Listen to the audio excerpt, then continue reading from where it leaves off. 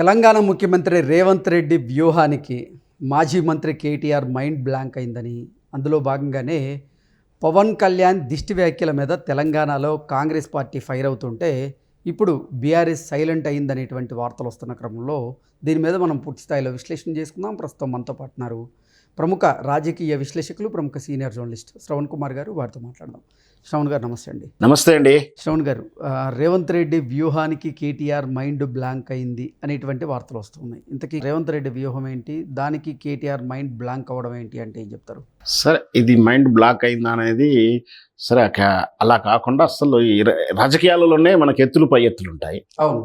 So ఆ కోణంలో చూస్తే యాదృచ్ఛికంగా పవన్ కళ్యాణ్ గారు తన రాష్ట్రంలో తన మంత్రిగా ఉంటూ తన ప్రజలు అంటే ఆ పర్యటనలో భాగంగా యాదృచ్ఛికంగా ఏదో చెప్పే ప్రయత్నంలో తను అన్న వాక్యాలు అవి. దాని వాస్తవానికి ఆంధ్రప్రదేశ్లో ఇదంతా ఒకప్పుడు బాగా పంటలు పండి ఉండే, తెలంగాణ వాళ్ళు దిష్టి తగిలింది అనేదో ఏదో అన్నాడు వాక్యం. సో దాంతో తెలంగాణ వాళ్ళ ఆత్మగౌరవం దెబ్బతినడం వాస్తవం. అయితే జనరల్గా ఏదైనా సరే తెలంగాణ వాళ్ళు తెలంగాణ ఈ విషయంలో కానీ, తెలంగాణ ఆత్మగౌరవ విషయంలో కానీ, హక్కుల విషయంలో కానీ ఏదైనా వచ్చినప్పుడు ముందుగా ముందుకొచ్చేది గెయిన్ చేసుకునేది లేదా అపోజ్ చేసేది కానీ ఇదంతగా కూడా బీఆర్ఎస్ లేదా టీఆర్ఎస్ లేదా కాంగ్రెస్ కేటీఆర్ ఈ వర్గమే ముందుగా ఉంటుంది.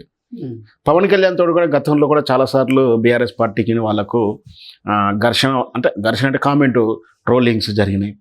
ఆ తెలంగాణ ఏర్పాటును ఆయన జీర్ణించుకోలేకపోయారని అంటాం, ఇట్లాంటి ఏదో జరిగింది. కానీ మామూలుగా తెలంగాణ ఏర్పడిన తర్వాత స్నేహపూర్వకంగానే ఉన్నారు, స్టేజీలు పంచుకున్నారు, ఆడియో ఫంక్షన్లు చేసుకున్నారు, వీడియో ఫంక్షన్లు చేసుకున్నారు, ఏదో రకరకాల వ్యవహారాలు చేసుకున్నారు. అంతవరకు బాగానే ఉంది. సో ఈ వాక్యాలు చేయగానే ఫస్ట్ ప్రతిపక్షంలో ఉంది కాబట్టి బీఆర్ఎస్ ఆర్ టీఆర్ఎస్ ఆర్ కేటీఆర్ వర్గం గేమ్ చేసుకోవడం కానీ, దాన్ని అపోజ్ చేయడం కానీ, బాగా అగ్రెసివ్గా కామెంట్ చేయడం ఏదేదో జరగాల్సి ఉండే. మరి ఎందువలన అంటే తెలంగాణ మీద ఎవరైనా వ్యాఖ్యలు చేస్తే సాధారణంగా ఆ వ్యాఖ్యల మీద స్పందించేటువంటి కేసీఆర్ గారు కానివ్వండి, కేటీఆర్ కానివ్వండి, అసలు ఎందుకు మరి ఇప్పుడు సైలెంట్ అయిపోయారు? దీన్ని అంటే ఆ వ్యాఖ్యల పట్ల ఇప్పుడు తెలంగాణలో ఉన్నటువంటి కాంగ్రెస్ పార్టీ ఎందుకు ఫైర్ అవుతుంది? ఏం జరుగుతుంది?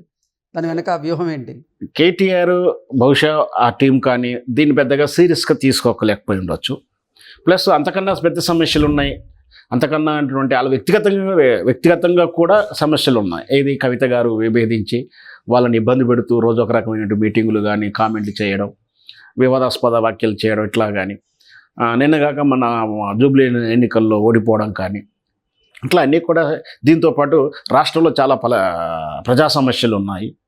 ప్లస్ ధీటుగా అంటే మామూలు వేరే కాంగ్రెస్ లీడర్ అయితే వేరేలా ఉండేది, కానీ బలవంతుడైనటువంటి మాటకారైనటువంటి ఎత్తుకు పై ఎత్తేసి రేవంత్ రెడ్డికి ధీటుగా ఉండాలంటే వీళ్ళు అటెన్షన్గా ఉన్నారేమో. సో ఈ వ్యాఖ్యలు పెద్దగా సీరియస్ పట్టించుకోవాలి. ఎప్పుడైతే కేటీఆర్ సైలెంట్ అయిందో, కేటీఆర్ వర్గం సైలెంట్ అనిపించిందో, దీన్ని క్యాచ్ చేసుకోవడానికి వెంటనే కాంగ్రెస్ ముందుకెళ్ళిందా అని అనిపిస్తుంది. ఎందుకంటే సినిమాటోగ్రఫీ మినిస్టర్ ఏకంగా కోమటిరెడ్డి గారు మీరు క్షమాపణ చెప్పకుంటే బేషరతుగా మీ సినిమాలు ఆడించరని అంటున్నాడు.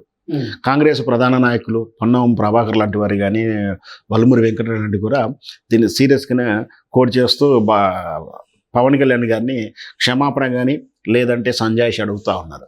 సో ఎప్పుడైతే కేటీఆర్ వర్గం సైలెంట్ అయిందో ఈ ఎన్నికల వేళ ఎందుకు బీఆర్ఎస్ నుంచి జగదీష్ రెడ్డి ఆయన కూడా మాట్లాడడం జరిగింది కదా. అంతే, అదే మాట్లాడినా కూడా వీళ్ళంతలో ఎక్స్పోజ్ అవ్వలేదు, వీళ్ళంతా గట్టిగా విభేదించినట్టుగా గతంలో చాలా విభేదించారు. వాస్తవానికి అయితే ఒకరి సందర్భంలో 2-3 అంటేనే ఉన్నారు.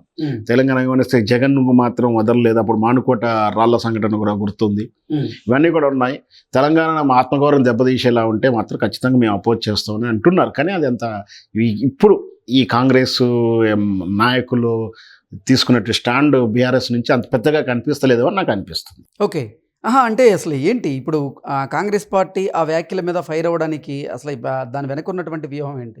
ఎప్పుడైతే బీఆర్ఎస్ వర్గం కేటీఆర్ వర్గం వదిలేసుకున్నారు అంటే తెలంగాణ మీద అపోజ్ చేయకపోయి అది సైలెంట్గా ఉందా అనుకున్నారు. కానీ దాన్ని చేస్తే తెలంగాణ ఏర్పాటు కానీ, తెలంగాణ ఉద్యమం కానీ ఓన్లీ బీఆర్ఎస్ సొత్తు కాదు, మేము తెలంగాణ ఆత్మగౌరవం కాపాడుతాము, మేము తెలంగాణ గురించి పోరాడతామని చెప్పుకోవడానికేమో ఆ ప్రయత్నంలో దశగా దీన్ని ఎజెండాగా తీసుకొని ముందుకెళ్ళి పవన్ కళ్యాణ్ గారిని, పవన్ కళ్యాణ్ వ్యాఖ్యలని ఈ విధంగా రకరకాల రకాలుగా అంటే ఒక్కొక్క నాయకుడు ఒక్కొక్క ప్రెస్ మీట్ పెట్టి వ్యాఖ్యలు చేస్తున్నారు. ఈ రాద్ధాంతం ఎక్కడి దాకా వెళ్తుంది. వాస్తవానికి అయితే రేవంత్ రెడ్డి కానీ అంటే ఆ వ్యాఖ్యలను అడ్డం పెట్టుకొని ఇప్పుడు తెలంగాణ రాష్ట్రంలో జరుగుతున్నటువంటి స్థానిక సంస్థల ఎన్నికల్లో లేదా ఈ పంచాయతీ ఎన్నికల్లో ఇప్పుడు కాంగ్రెస్ పార్టీ లబ్ధి పొందాలని చూస్తుందా, అందుకే దాన్ని హైలైట్ చేస్తోందా? ఖచ్చితంగా బీఆర్ఎస్ పార్టీని బ్లేమ్ చేయడం కానీ దాన్ని తెలంగాణ అని ఓన్ చేసుకునేటువంటి క్రమాన్ని తెలంగాణ కాకుండా మా పార్టీ మేమే చూసావా పవన్ కళ్యాణ్ అలా అంటే మేము ఏ విధంగా పోరాడాము అని చెప్పుకోవడానికి, దానికన్నా బీఆర్ఎస్ పార్టీ చేసిన కేసీఆర్ గారు చేసిన ప్రాథమికమైనటువంటి ప్రధానమైన మిస్టేక్ ఏంటంటే ఆ టీఆర్ఎస్ తెలంగాణ భావాన్ని తెలంగాణ పేరును టైటిల్లో తీసేసుకొని పార్టీ పేరే మార్చేసుకున్నారు. పార్టీ మార్చుకున్న తర్వాత తెలంగాణ హక్కు లేదని కూడా చాలాసార్లు డిబేట్ చేస్తూ ఉన్నారు.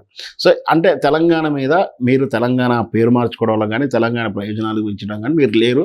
మేము ఉన్నాం ఒరిజినల్గా, ఇచ్చిన తెలంగాణ ఇచ్చింది మేమని చెప్పుకుంటున్నారు. ఆల్రెడీ మా సోనియా గాంధీ గారు ఇస్తే వల్లనే తెలంగాణ వచ్చిందని చెప్పుకుంటున్నారు. సో ఇట్లా తెలంగాణ అంటే ఆ ఫ్లేవర్ కానీ వాడుకునే ఉద్దేశం రాబోయే స్థానిక సంస్థల ఎన్నికల్లో దాన్ని గెయిన్ చేసుకునే ప్రయత్నం కూడా చేస్తుండొచ్చు. రేవంత్ రెడ్డి ఎత్తుగడ అదే కావచ్చు. ఓకే, ఇప్పుడు బీఆర్ఎస్ పార్టీ మరి పవన్ కళ్యాణ్ గారి వ్యాఖ్యల మీద ఎటువంటి స్పందన లేదు. అంటే పవన్ కళ్యాణ్ గారు కూడా అది నిజంగా ఉద్దేశపూర్వకంగా చేసిన వ్యాఖ్య అయితే కాదు, ఆయన మీరు అన్నట్లుగా యాదృచ్ఛికంగా చేసినటువంటి వ్యాఖ్య. దాని మీద అంత సీరియస్ అవ్వాల్సిన అవసరం లేదు, అంత సీరియస్గా తీసుకోవాల్సిన అవసరం కూడా లేదు. అయితే తెలంగాణలో పవన్ కళ్యాణ్ గారి అభిమానులు కూడా ఇక్కడ పెద్ద ఎత్తున ఉన్నారు. మరి ఇప్పుడు పవన్ కళ్యాణ్కి వ్యతిరేకంగా వీరు క్షమాపణ చెప్పాల్సిందే అంటూ డిమాండ్ చేస్తూ ఫైర్ అవుతున్నటువంటి నేపథ్యంలో అది కాంగ్రెస్ పార్టీకి మైనస్గా మారేటువంటి అవకాశం లేదంటారా? కాదు, కాంగ్రెస్ పార్టీకి గెయిన్ చేసుకుని దీంట్లో పాజిటివ్ కోణం నుంచి బయటపడాలనే ఉద్దేశమే ఉన్నట్టుంది. కానీ మీరు అన్నట్టు ఖచ్చితంగా పవన్ కళ్యాణ్ కానీ తెలుగుదేశం అభిమానులు కానీ, ఎందుకంటే వాస్తవానికి ఇది తెలుగుదేశం పార్టీ రేవంత్ రెడ్డి గారు చంద్రబాబు నాయుడు తోటి చాలా స్నేహపూర్వకంగా ఉంటాడు, ఘర్షణ వాతావరణం ఉండడు అని చెప్పేసి మనం అనుకుంటున్నాం. అది వాస్తవం. అట్లాంటిది ఆ పార్టీకి కానీ ఆ అలయన్స్కి కానీ వాళ్ళ మిత్రుడిగా ఉన్నటువంటి కానీ, ఎందుకంటే టీడీపీ చంద్రబాబు నాయుడుకి పవన్ కళ్యాణ్ గారు ఇప్పుడు ఎంతో ఆత్ముడు. ఎందుకంటే తను ముందుకొచ్చి ఎన్నికల అంటే చంద్రబాబు నాయుడు కష్టకాలంలో అరెస్ట్ అయినప్పుడు ముందుకు వచ్చేసి మన జగన్మోహన్ రెడ్డి ఓడించడానికి వైఎస్ఆర్ పార్టీ అధికారంలో రాకుండా చేయడానికి చాలా సహాయపడేటువంటి వ్యక్తి కదా. సో అట్లాంటి అభిమానం, అట్లాంటి దాన్ని కూడా అపోజిట్ పోతాడు. కేవలం రాబోయే స్థానిక సంస్థల ఎన్నికల దృష్టి మాత్రమే తప్పించి ఇంకో రకంగా అయితే కాదు. ఒకవేళ ఇట్లా అయితే మాత్రం పవన్ కళ్యాణ్ వాళ్ళ అభిమానులు రివర్స్ అయితే మాత్రం రేవంత్ రెడ్డి ఇప్పుడు ఇదవుతుంది. కేటీఆర్కి అయితే బొబరాంగ్ అవుతుంది అనుకుంటున్నాడు. ఇప్పుడు అది రివర్స్ రేవంత్ రెడ్డికి అయ్యే అవకాశాలు కూడా కనిపిస్తాయి. ఓకే అండి, థ్యాంక్ యూ సో మచ్.